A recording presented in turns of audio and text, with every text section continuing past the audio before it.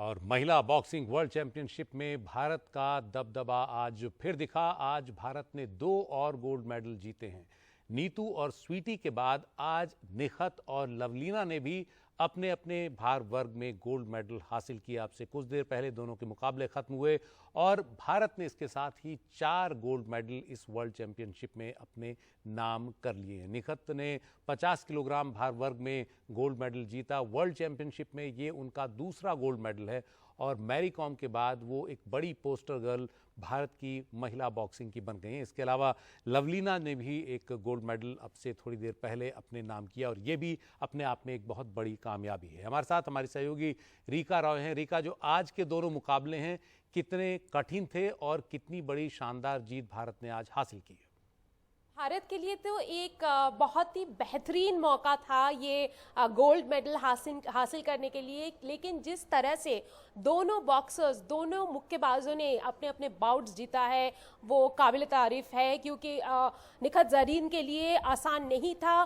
Southpaw boxer थे और काफ़ी डिफ़िकल्ट एंगल्स क्रिएट कर रहे थे वियतनामीज बॉक्सर्स उनके लिए, और उन्होंने एक वक्त बढ़त भी ले लिया था, लेकिन निखत ने बाउट में वापसी की और साथ साथ उन्होंने 5-0 स्कोर लाइन से अपना वर्ल्ड चैंपियनशिप बाउट जीत लिया।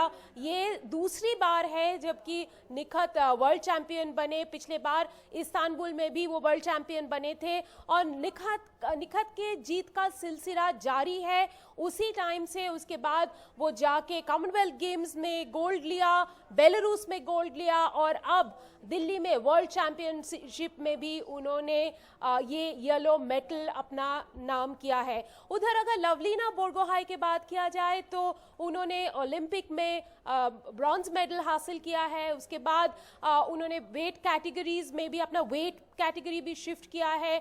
और मैं आपको बता दूं, ये जो दोनों आज के बॉक्सर्स जिन्होंने गोल्ड जीता है, यही हमारे लिए एशियन गेम्स और ओलंपिक गेम्स में फाइट करेंगे, क्योंकि बाकी काफ़ी सारे वेट कैटेगरीज में हमारी जीत हुई है, लेकिन वो बॉक्सर्स के जो वेट कैटेगरी है वो ना एशियन गेम्स में शामिल न है ना ओलंपिक्स में शामिल है।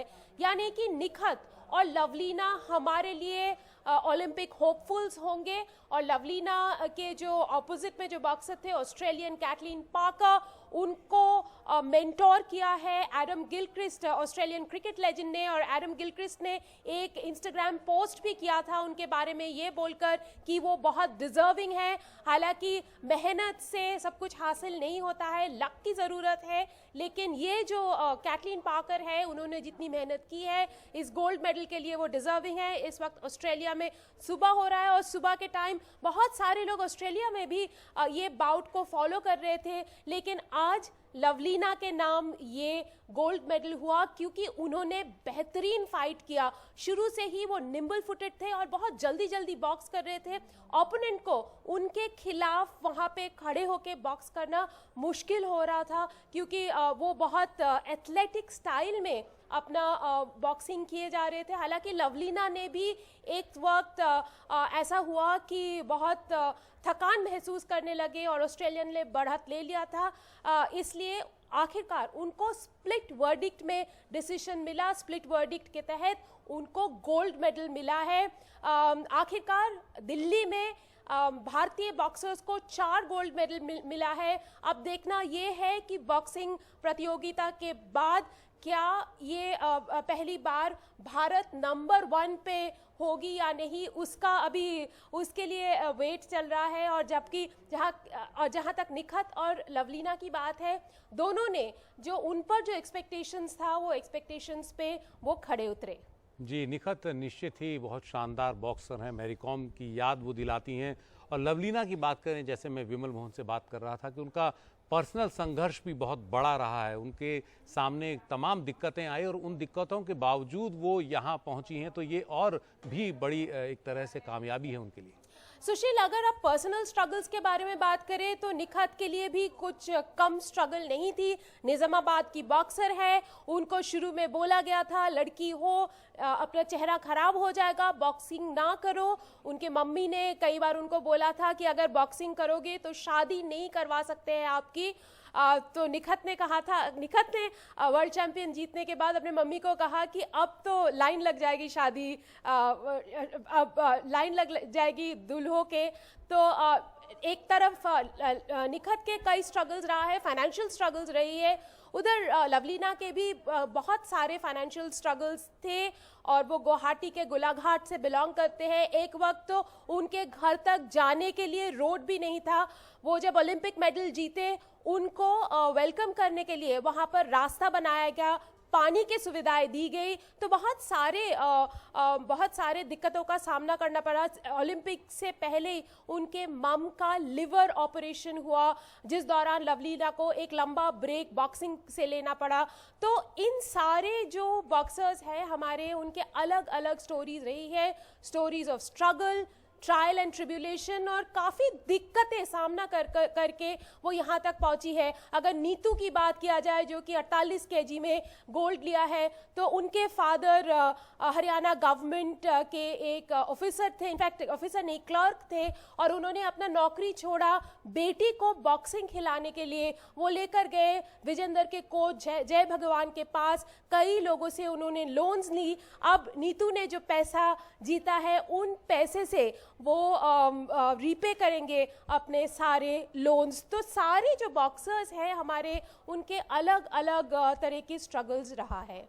जी, हमारे साथ हमारे सहयोगी विमल मोहन भी हैं। विमल, इन चारों लड़कियों ने मिसाल कायम की है देश की बाकी लड़कियों के सामने, और सबके व्यक्तिगत संघर्ष भी रहे। उसके अलावा इतने बड़े स्तर पर पहुंचना और गोल्ड जीतना बहुत बड़े संघर्ष का काम है, बहुत ज़्यादा विल पावर इसके लिए चाहिए। आप कैसे देखते हैं इन चारों की इस कामयाबी को, और किस तरह से रेट करेंगे? सबके अलग अलग संघर्ष हैं। जैसे रीका ने कहा कि किसी भी लड़की के लिए आसान नहीं रहा यहाँ तक पहुँचना, किसी के पीछे बहुत शानदार बैकअप नहीं था, चाहे परिवार का हो चाहे आर्थिक तौर पर हो। मतलब इंडिया में जो भी स्पोर्ट्स है, जितना भी, वो स्ट्रगल से सक्सेस की कहानी होती है, जो भी होती है, और उसमें इंडिविजुअल जीनियस जरूर होता है, लेकिन इसका इंडिविजुअल टैलेंट का एक अलग लेवल होता है। लेकिन और सारी, जैसे एरिका कह रही है, जैसा आप बता रहे हैं कि सबकी स्ट्रगल से सक्सेस की अलग अलग कहानी है। लेकिन बड़ी बात यह है, जो अगर इंडियन बॉक्सिंग के लिहाज से देखें, भारतीय स्पोर्ट्स के लिहाज से देखें, एक ब्रांड क्रिएट होता हुआ दिख रहा है इंडियन बॉक्सिंग को लेके। आप अगर दूसरे स्पोर्ट्स में देखें, जैसे विमेन IPL हुआ है, जो एक नया ब्रांड, उस तरह से इंडियन बॉक्सिंग फेडरेशन के पास एक बहुत बड़ी अपॉर्चुनिटी आई है।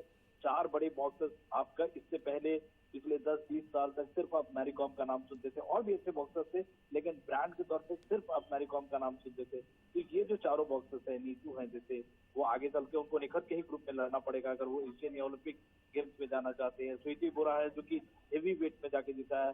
75, ये जो दोनों लड़कियां हैं आज जिन्होंने जीता है, निखत और लवलीना, इनका दोनों का ओलंपिक वेट कैटेगरी है। तो इंडिया के लिए एक बहुत, जो कि इंडिया में जब भी सक्सेस को देखते हैं, ओलंपिक स्पोर्ट के सक्सेस को, तो ओलंपिक एक बहुत बड़ा रेफरेंस पॉइंट होता है। और उस लिहाज से देखें तो आगे जो 2024 के लिए ये अच्छा संकेत है। हालांकि बहुत दूर की कौड़ी है, लंबा रास्ता है, अभी एशियन गेम्स से पहले और करीब 2 साल का वक्त है। तो एक तरह से देखें, आप चाइना से ज्यादा अगर आपके पास मेडल आ रहे हैं, आप highest number of gold medal आपके पास है, यहाँ पे 4 चाइना के पास है, 4 इंडिया के पास, तो ये बहुत बड़ी कामयाबी है। वर्ल्ड में हम कभी 44 होते थे, आज वर्ल्ड में नंबर 3 है। इस टूर्नामेंट के बाद भी मुझे लगता है रैंकिंग ऊपर जाएगी, और भारतीय बॉक्सिंग के लिए, भारतीय खेल के लिए अच्छी खबर है। बहुत बहुत शुक्रिया विमल और रीका इस पूरी जानकारी के लिए।